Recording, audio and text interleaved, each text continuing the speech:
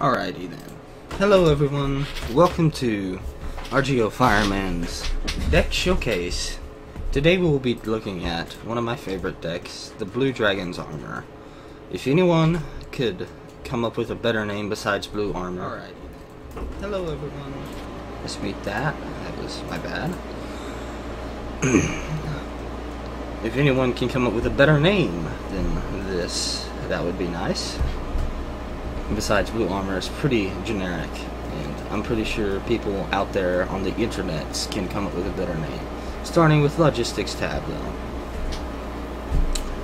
My command, K227, or K277, my bad. Decent all-around command vehicle. 2 everywhere, amphibious. 70 kilometers off-road, 110 road speed for a tracked vehicle. I believe that is pretty fast. I could be wrong. No, that's general. And then for tank command, which, you know, I'm still very surprised that this tank is cheaper than that.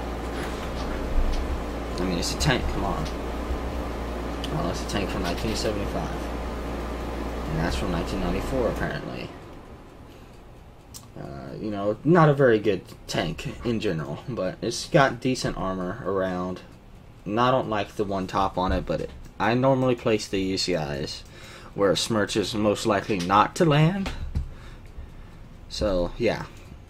Spy helicopter, CH-47D, 2,500 liters of fuel. And then some 10-point little Chagatas cargo trucks with only 500 liters. And then a fob. Everybody knows what a fob is. I'm kind of annoyed that it doesn't take you like outside like that picture is, but whatever. Moving on to infantry tab. You sadly don't get any special forces in a Blue Dragon's Armored,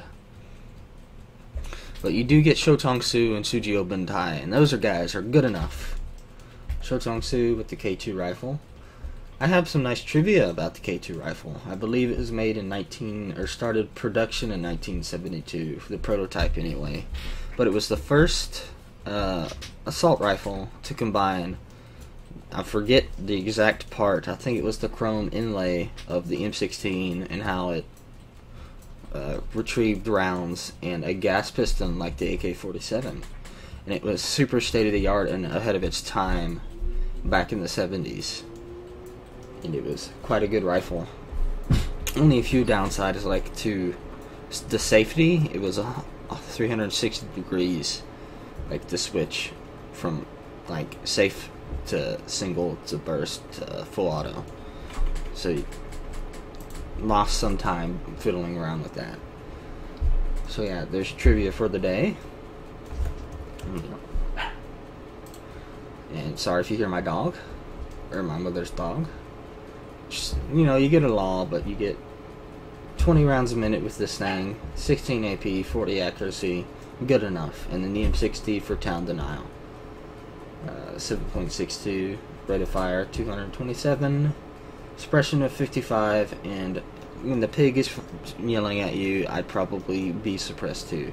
That's what the nickname for the M60 was back in Nam. Everybody, the pig. Because it weighed 55.6 pounds. There's more trivia for you. Moving on to the real MVPs of this infantry tab, the Mistrals. These guys are great. You know, 5-man squads. I prefer Mistrals over any other type of ground-based AA or infantry man-pad because they're 5 guys. You know, the survivability is great versus PSAMs, which, you know, have really good accuracy, but it's only 10% more. And they're gonna die if you really have to micro them. But with Mistrals, you can micro them enough to where they're good.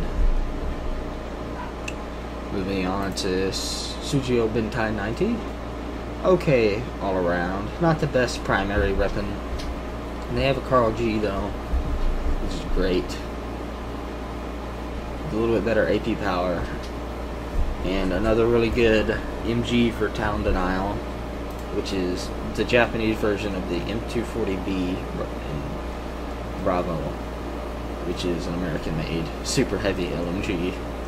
It's mostly made for mounted versus with this dude carrying it. But it's a video game. I'm not gonna doubt their logic. And then they come in the glorious Hajukai Shiki with a decent ATGM. I've never really had this ATGM hit, but their 35mm cannon is really good. I love it. We have cheap true mats, 60% accuracy, 21 AP. You get 6 shells, 2 guys, so you gotta be careful. And I believe I took them hardened, yeah.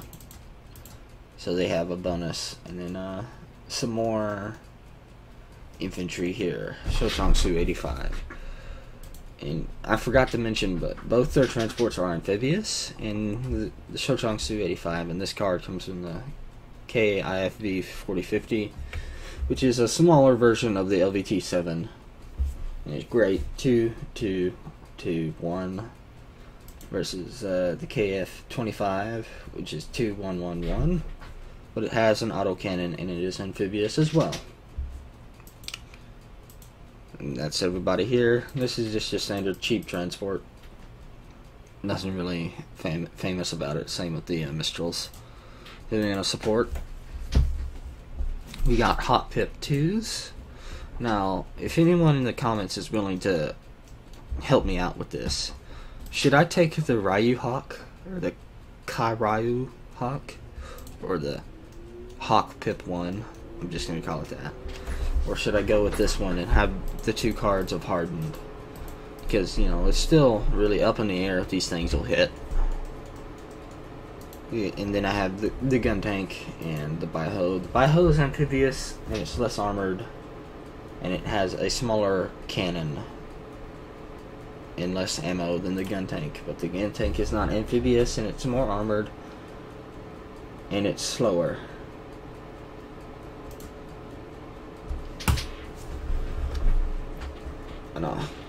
You know, it's got a less stabilizer than the Baiho, but you know, this is kind of with my initial infantry push. If there's like a bridge with water and such, I'll have these guys just go in the water with the infantry transports. And the gun tank is a little bit later. And that should be long enough for you guys to read the statistics and everything. You can pause the video if you need more time. Moving on to the creme de la creme of this deck, the armor. So I believe this is 16 elite K1s to start with. So I mean, that's brutal. You guys are great. You gotta love a K1. 2275 meter range, 60% accuracy on elite. I think that'd be like 61 or 65, I'm not sure. Like I said, the formula for how this equates is so stupid and backwards. Fucking metric system, I swear.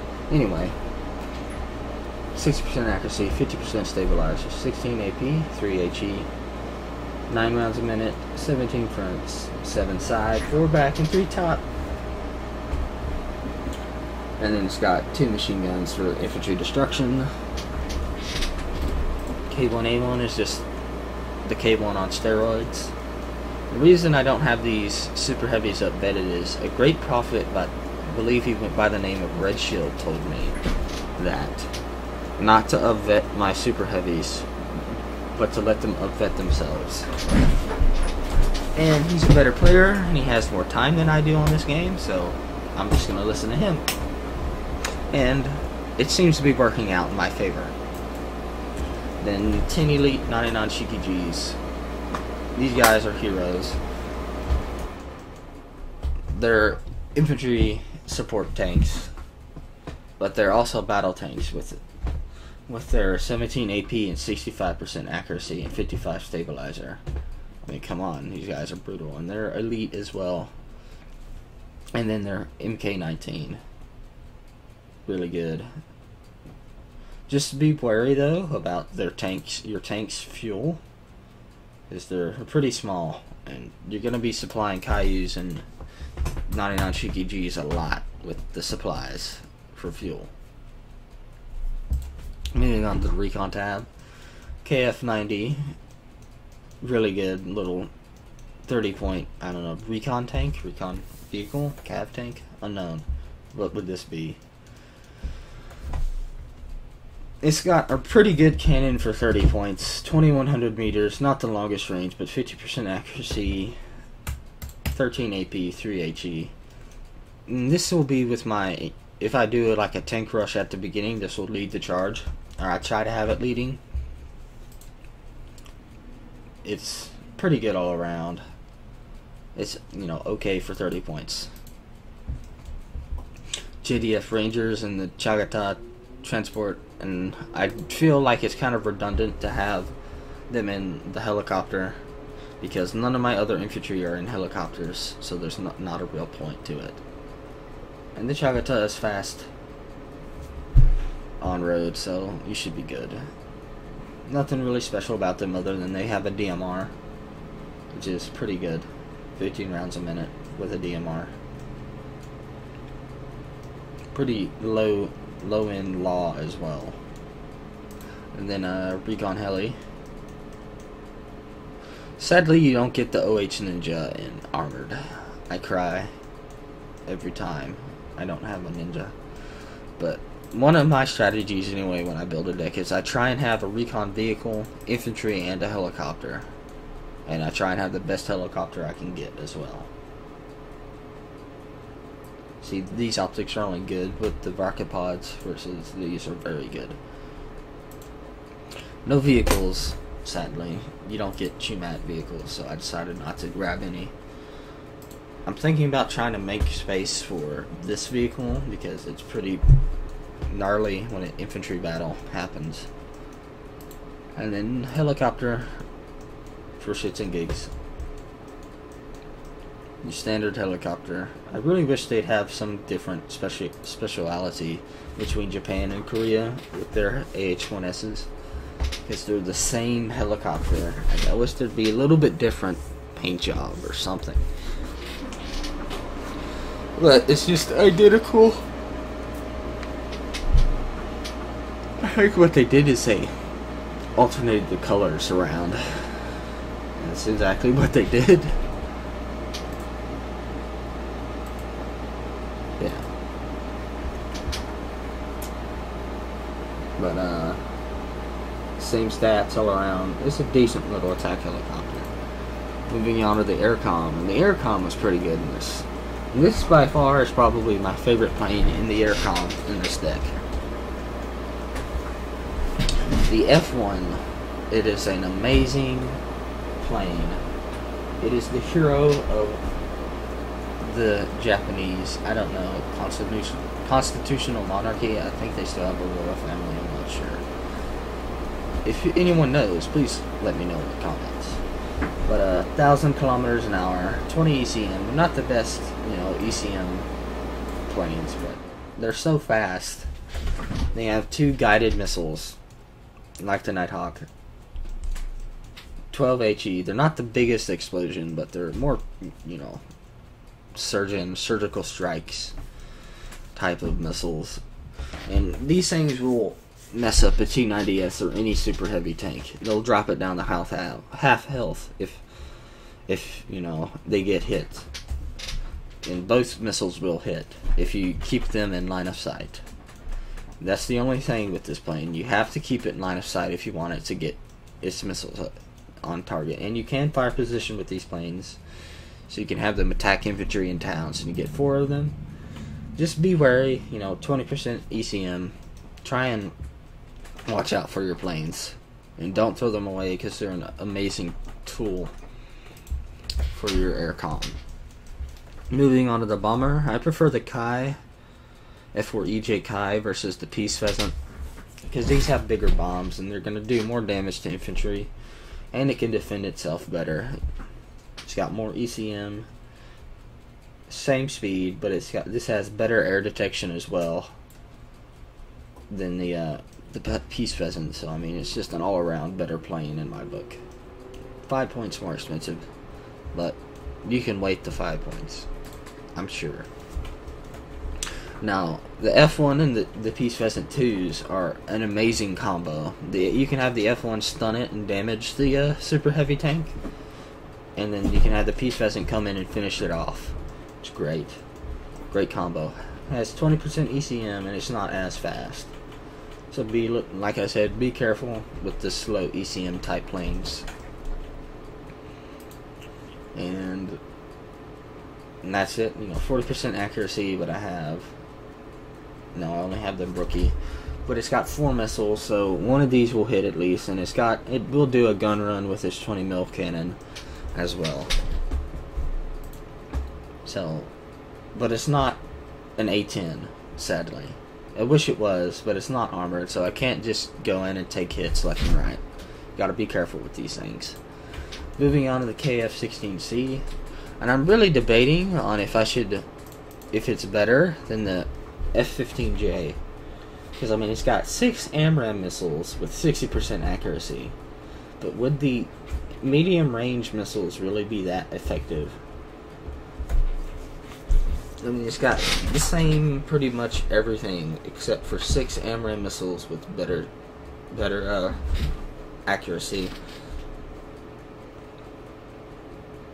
It's got more fuel, the F-15J. But I mean, these things are just snipers. They're pretty good. And that's why I have these F4EJs. I have 2 of them elite. They're really good planes. Just be careful. Be very, very careful with them. They're fragile because they only have 10% ECM. A lot of people, when I show them this deck and explain how good these pilots are, they're really good pilots, just they're limited by the plane. Exponential air detection, 10 strength, 900 kilometers an hour, with a decent 90-point loadout. These guys are your life fighters, if you will. They're your close quarters battle, distraction really for the F-16C. And then standard naval loadout, Congo, Donkey, F-1G, and Lafayette.